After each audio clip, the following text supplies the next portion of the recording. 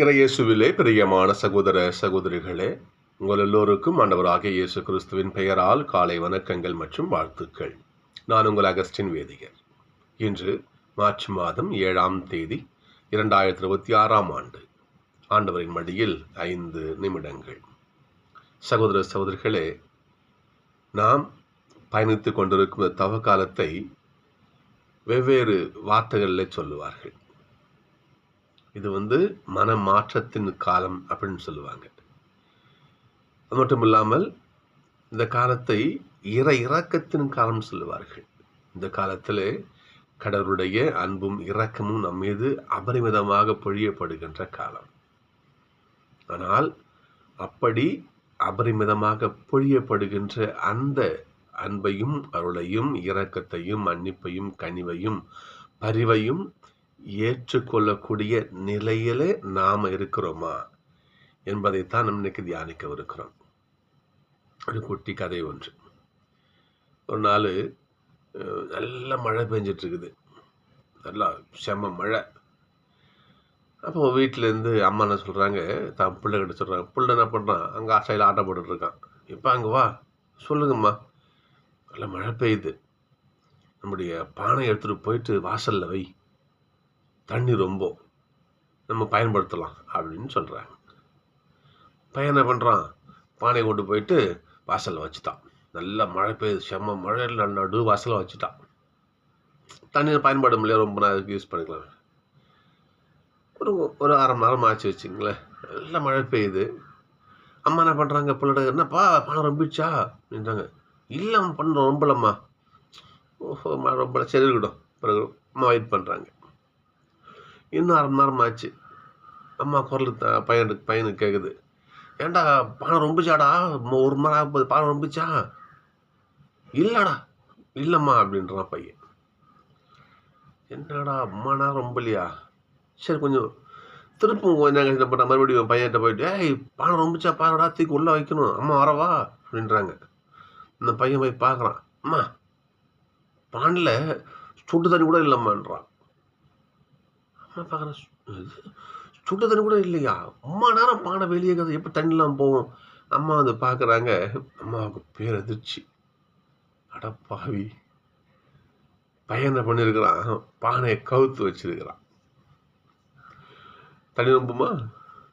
சகோதரர்களே, இதை போலத்தான் ஆண்டுடைய இரக்கமும் அருளும் மன்னிப்பும் பரிவும் கனிவும் பொழிகின்ற அந்த காலத்தில் நம்முடைய மனமாகிய பானையை நம்ம என்ன பண்ணுறோம், கவுத்து வச்சிருக்கிறோம். அப்படி வைக்கக்கூடாது. நாம் அவனுடைய இரக்கத்தை அன்பை பெருகின விதமாக நம்முடைய உள்ளத்தை திறந்து வைக்க வேண்டும். அப்போதுதான் கொஞ்சமேனும் அதில் ஆண்டுடைய பாசம், ஆண்டுடைய அருள் இதில் நிறையும். இன்றைக்கு பாருங்க பார்ப்போம். எப்பயுமே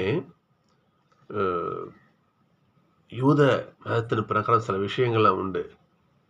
யாருமே ரோட்டில் அறக்க பறக்க ஓட மாட்டாங்க. ஓடனா ஒரு இழிவாக கருதுவாங்க. இப்பயும் பாருங்களேன், மொத்தம் தெருவில் ஓரம் வச்சுக்கோ, என்னாச்சு ஏதோ அசம்பாதம் இருந்த போச்சுன்னு கேட்பாங்க. உண்மை இல்லையா? ஓடக்கூடாது. அப்பா ஓடுறாரு, அசிங்கப்பட்டாலும் பரவாயில்ல, என் பிள்ளை வந்துட்டான், ஓடுறாரு அப்பா. ஓடி போயிட்டு, ஏன் தப்பு பண்ண பிள்ளை தான் இருந்தாலும் திரும்பி வந்துட்டாலும் என் பிள்ளை, தந்தைக்கு எவ்வளோ மகிழ்ச்சி. என் பிள்ளைக்கு மோதிரம் போடுங்க. இந்த பகுதி, இந்த லூக்கா நற்செய்தியில் இந்த பகுதி நற்செய்தின்னு சொல்லப்படுகின்ற பகுதி. இது இந்த மனம் மாறிய மகன ஊமை என்பது. சொல்களே, பையன் போகிறான், சொத்தலாளின்னு போகிறான், ஊதாதளவு செலவு பண்ணிட்டான், மனசு திரும்பி வரான். அந்த மன மாற்றத்தை தான் ஆண்டவங்க எதிர்பார்க்கிறார். ஓடுறார். நல்லா கவனிக்க பார்ப்போம். அந்த பையன் சொல்கிறான், அப்பா எனக்கு உங்ககிட்ட மகனாக இருக்க வேண்டிய தகுதி இல்லை, ஏன்னா வேலைக்காரங்க வச்சு பார்த்துங்கன்னு. அதெல்லாம் திரும்பி வரான் அவன். அப்பா கேட்டாரா? வேலைக்காரன் வச்சு பாருங்க பார்ப்போம். மீண்டும் மகனுக்குரிய இருந்தும் தன் கூட இருக்கின்ற மகனை விட உசத்தியான ஸ்தானத்தில் அந்த பிள்ளையை பார்க்குறாரு. என் பிள்ளைக்கு மோதிரம் போடுங்க, காலுக்கு மிதியடி போடுங்க, புது ஆடை கொடுத்துங்க, என் பிள்ளை இருக்கிற கோலமாயுது. அவனுடைய அருள் பொழிய வேண்டும் என்றால் மனமாற்றம் மிக அவசியம். சகோதரர்களே, எசேக்கியேல் 33:11 இவ்வாறு சொல்லுகிறது, தீயோர் சாக வேணும்னா என்ன நினைக்கிறேன் நான்? இல்லை. தன்னுடைய தீய வழியிலிருந்து திரும்பி வந்தா போதும். இதுதான் ஆண்டவருடைய விருப்பம். எசேக்கியேல் 33:11. தீயோர் சாக வேண்டும் என்பது அன்று, அத்தீயோர் தம் வழியிலிருந்து திரும்பி வர வேண்டும் என்பதே ஆண்டவருடைய விருப்பம். அவன் எதிர்பார்த்து காத்திருக்கார் சகோதரர்கள். அவன் எதிர்பார்த்து காத்திருக்கிறார். முதல் வாசல பாருங்க பார்ப்போம். நான் மனம் மாறி ஆண்டவர்கிட்ட போனா நம்முடைய பாவத்தை ஒரு ஆழ்கடல்ல போட்டு புதைச்சிருவாராம். திருப்பாடல வாசிச்சு பாருங்க.